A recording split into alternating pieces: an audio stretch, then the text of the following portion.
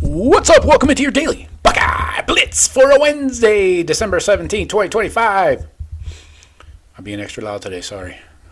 If you're hungover, don't be mad. I apologize. If you're a little tired, maybe that'll wake you up. Anyway, I hope everybody's getting ready for that Christmas skeezing coming around the corner here. Is that a week from tomorrow? Holy crap. I got to drive over to Orlando this weekend for a little Christmas brunch. Try to avoid the holiday driving on Christmas Day. It's a nightmare, right?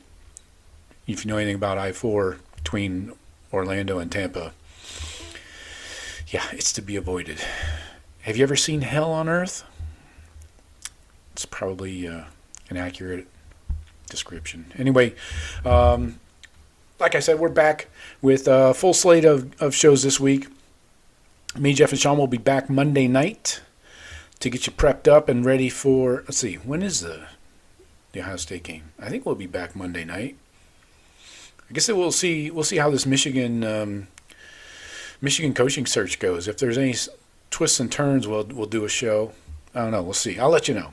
But make sure you subscribe to the channel. We're also going to be live on Rumble, so that's a new platform for us.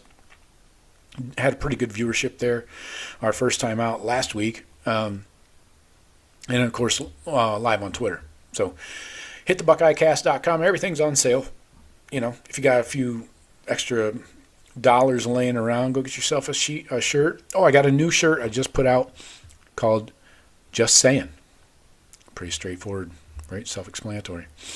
So check that out. That's a long sleeve tee. I'm going to put a t-shirt version up there for you guys that like your t-shirts over your long sleeve tees. But all right, today we're talking about Ohio State's transfer portal needs. We'll talk a little bit of PFF Big Board, who they have going in the draft. It's the PFF board though is not a Mel Kiper board. Very different things. Mel's is opinion based. PFF is just going by age of the players and grades and where they think they could go and where they rank the players. So we'll just focus on Ohio State, of course. But, yeah, hit me up anytime, Joe at thebuckeyecast.com. I'll be home on Christmas Day all alone. So I have the Canadian princess flying in the day after Christmas, so a little belated Christmas present. Hey-o. That's what she said. Oh, just wait till she opens it. Oh, that's what she said again. Oh, I got a joke for you guys. Tell me if you think this is good. Leave a rating and review. Okay, so guy comes home to his wife with a bouquet of flowers. Okay, nice big bouquet of roses, let's say. And so her response after seeing the flowers is, I guess I'm going to have to spread my legs for those. And he said, no, honey, don't you have a vase? Hey-o, come on, man. That was priceless. Comedy gold, kind of like that Michigan coaching search, right? They still think they're getting Kalen DeBoer, man. Is this mayhem? And Kenny Dillingham. Why not just get both of them? Dillingham can be like the OC or something. Anyway, little left turn there. So the Buckeyes are bringing in a massive 27-man recruiting class for 2026. Legend Bay out of Texas. He did get out of his Tennessee NIL agreement, so he's flipping to the Buckeyes as soon as he turns 18, which is in just a week or two. So that's good for us. Tack on another one. So let's go through each position group here and see where Ohio State needs to address the portal. So quarterbacks, we don't really have anybody entering the draft at all. But we'll get to we don't have any running backs. Yeah, there's some guys that I think should be coming back for an extra year. Anyway, quarterbacks, you got Julian Sayin coming back. Now you got Lincoln Keenholz, Tavian St. Clair, and then Luke Fahey is the incoming 2026 guy. Now, you're fine. You want 4. Ryan Day wants 4 always. So, but if Keenholz hits the portal, then suddenly you got the youngest quarterback room in the country. You're looking at Sayin. He'll be in his 3rd year. But then Tavian St. Clair, his 2nd, and Fahey, a true freshman. So in that case, the Buckeyes need to go get like a GA quarterback, like a Tristan Gebbia. Brick Handler is on the team right now, but he'll be gone. So you need somebody that's experienced but not real good. And believe me, there's plenty of those out there. So bottom line, no portal QB unless Lincoln leaves, which I wouldn't be surprised. So kind of a low, medium kind of situation there as far as need. Running backs, you're losing C.J. Donaldson. He was just a one-year rental. I don't think there's a threat of him going into the draft. He's just going to go pro in something other than football, right? But you do have your two young studs, Bo Jackson, your superstar, Isaiah West, great number 2, so that's your 1A, 1B. Now, what do you have with James Peoples? Will he stay? He could. Sam Dixon, lost the Williams, going with just the Dixon. He could stay, but he's gotten little to no snaps. Then you got 2026 signee Favor Aki coming in, the Delaware kid. He was a high 4-star.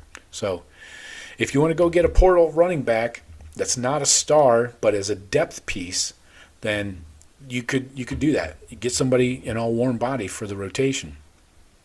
I would say it's a medium need, moderate, but attrition could make it urgent if we lose Peoples or Dixon. So again, you could have a super young running back room there with Jackson and West being second-year guys, Favor Aki, a true freshman. So we'll see how that shakes out. And again, nobody heading to the NFL draft, according to PFF. Wide receiver and tight ends, you're going to lose Carnell Tate, obviously. You got Jeremiah Smith for one more year, thank Christ. So you're going to have to replace Tate with somebody on the team already, right? Like Mylan Graham, Quincy Porter. You do have Chris Henry Jr. coming in as a true freshman. He'll be in early. Brandon Innes, he'll be your slot guy, so he's not going to line up outside at Tate's position. And then Bryson Rogers. Does he hop in the portal again and test the waters? Now you got 4 incoming true freshmen too. I'm not sure any of them, that includes Henry. I don't think you have anybody better than Chris Henry.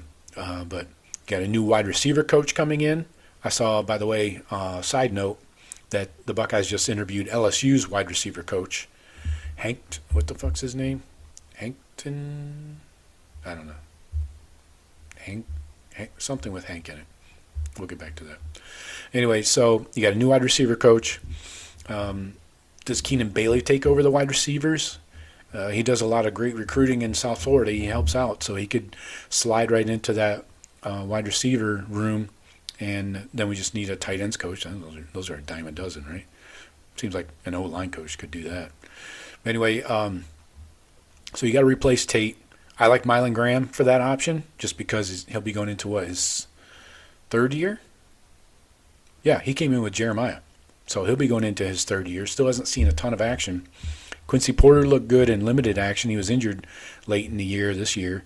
So he could be an option. Him and Graham are probably going to battle out. And then Chris Henry. Those three, that would be an interesting 3-way talent fest. That sounds so stupid. Anyway. So probably won't go to the portal for a wide receiver. We never have, never will. And a wide receiver 1, if there is one in the portal, they're going to be expensive as shit. You're not going to be able to afford them. I'd rather get a good left tackle or right tackle or, bulk up the lines of scrimmage, offense and defense, than go after a wide receiver 1 in the portal. Tight end, you lose Will Kazmarek. Max Clare does have an NFL decision to make. Right now, PFF has him ranked the 71st player overall. So, what is that, 3rd round? Yeah, something like that. Almost 3rd round. So, does he think he can do better than the 3rd round, late 2nd? So, if Claire stays, then you're pretty much set. You got Claire, Nate Roberts got quite a bit of action for a true freshman tight end. Jelani Thurman, still waiting for him to show up on a regular basis. And then you got freshman Nick Lauder coming in. So, but if you do lose Claire, you might look for a blocking tight end, not just a slot tight end. So I would say you have some medium level of need there. O-line, we're in great shape on O-line. When's the last time I said that? really don't have much of a need. You finally got a year where you don't have to panic and shop for linemen that aren't going to play, like Ethan Onyanwa. That was a bust. We'll get to the D linemen that were busts as well. Maybe not busts, maybe that's not fair, but he had 1 year. He came in, took a big paycheck. He made 7 figures, man. High 6, low 7 figures.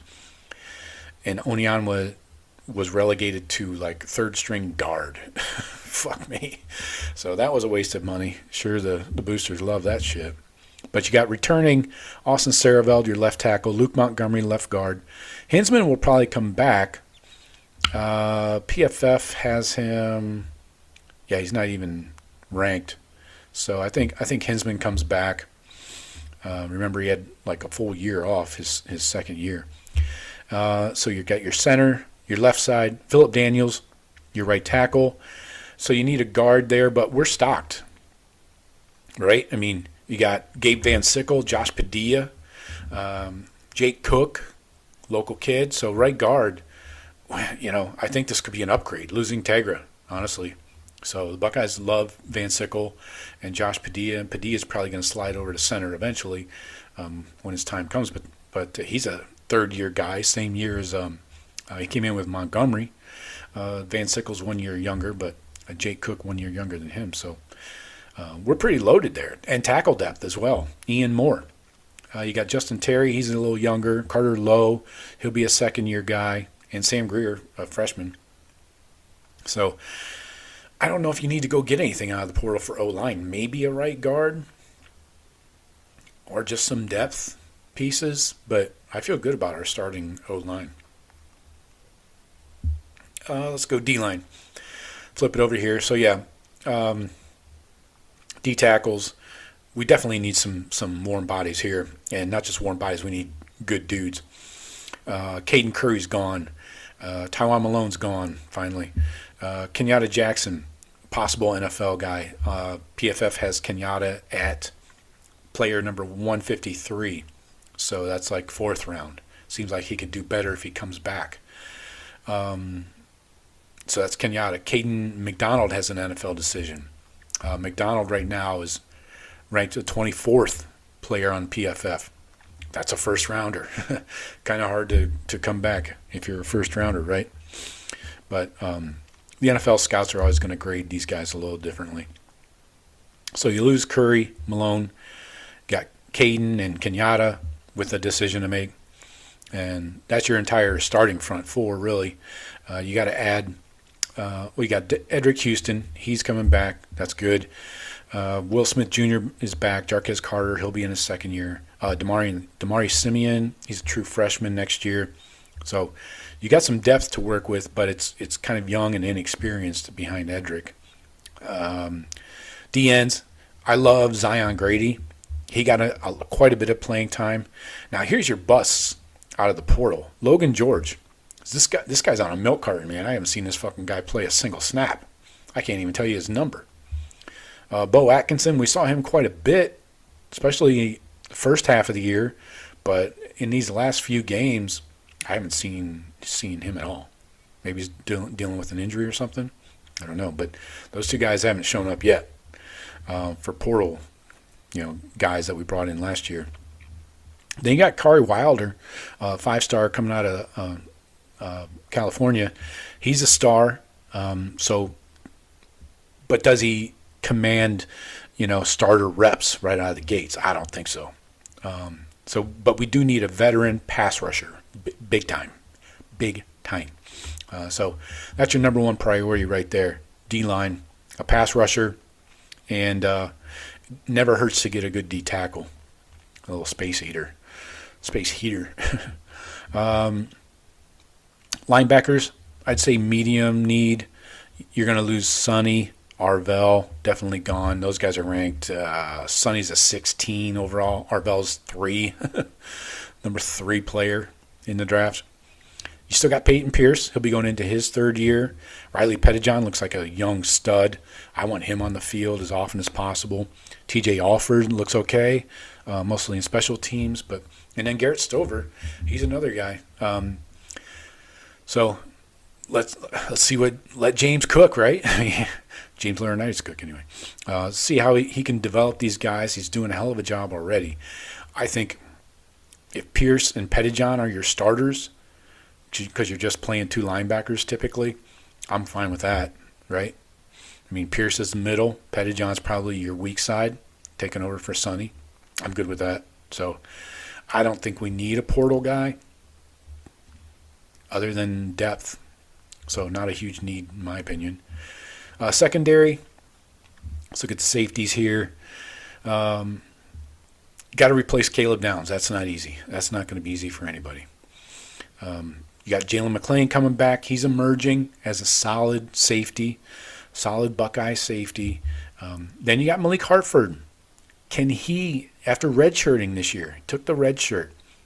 Can he? Oh, I'm sorry, I forgot DNs. We got freaking Captain Buckeye, C.J. Hicks coming back. So if he's back, if he's not transferring out, if he's staying with the team, which I assume he took the red shirt this year, does he become that high-level starting pass rusher at D end? I forgot about CJ. Idiot. My bad. But Malik Hartford, again, can he step back in and step up? Now he's got some studs behind him. Fahim Delane, he looks like a hitter, good coverage guy, can play that deep safety if you have to. I love number 10, Fahim Delane. Then you got Blaine Bradford. He's going to play early too, just like Fahim did as a freshman. So he's coming in. Leroy Roker, I don't know. I'm not impressed with what I've seen so far. Maybe he's just a special teams specialist kind of guy. Lower ranked guy out of Fort Myers. So I don't know. I think you could go get a safety if you don't feel good about Malik Hartford stepping in for Caleb. We'll see. We need a day one starter there for Caleb Downs. Nobody's going to replace Caleb Downs. Let's get that straight, right? But you do need somebody with experience back there. And there should be somebody in the portal. Cornerback, this one's a little tricky. You got Jermaine Matthews. He has to make a decision. Davison Igbinosun's definitely gone. Jermaine right now, according to PFF, is ranked number 221. So I bet you he wants to come back and increase that, move up the draft boards, similar to Denzel Burke. He came back, won the Natty. So if Jermaine does leave, though, you're going to need a starting corner, no doubt about it. So you do have Devin Sanchez. He's probably the heir apparent at the next corner up. You do have Aaron Scott. He'll be going into his third year. Hasn't played a ton. So if Jermaine stays, though, then you still got your same rotation. You still need another starting corner, Devin Sanchez probably, and then Aaron Scott. He's probably going to be your next up after Jermaine and Devin. We'll see. Maybe Aaron Scott and Devin Sanchez battle for that outside position to take over for IGB. That's going to be a nice little practice spring skirmish. Then you got the freshman Jay Timmons coming in, Jordan Thomas. These guys are highly rated guys. So this group is filthy, like loaded. So I don't. If Matthews does go, then you got to go to the portal for a corner. But I feel good with Sanchez and Scott. Honestly, I want to see more of Aaron Scott. And in the slot, you still got Bryce West. He filled in for Lorenzo Styles Jr. when he was out injured. So I feel good about Bryce West right now. I think we have the corners on the team that can go out there and perform. And I think Jermaine comes back. I really do. So quickly on special teams, of course, high level. We always need freaking special teams because apparently we can't get a kicker worth of shit. Fielding's graduating, though. Good news. But Jackson Corville, the guy they brought in from Ball State, couldn't win the job over Fielding. So what's that tell you? Kicker, that's an obvious need. Priority one.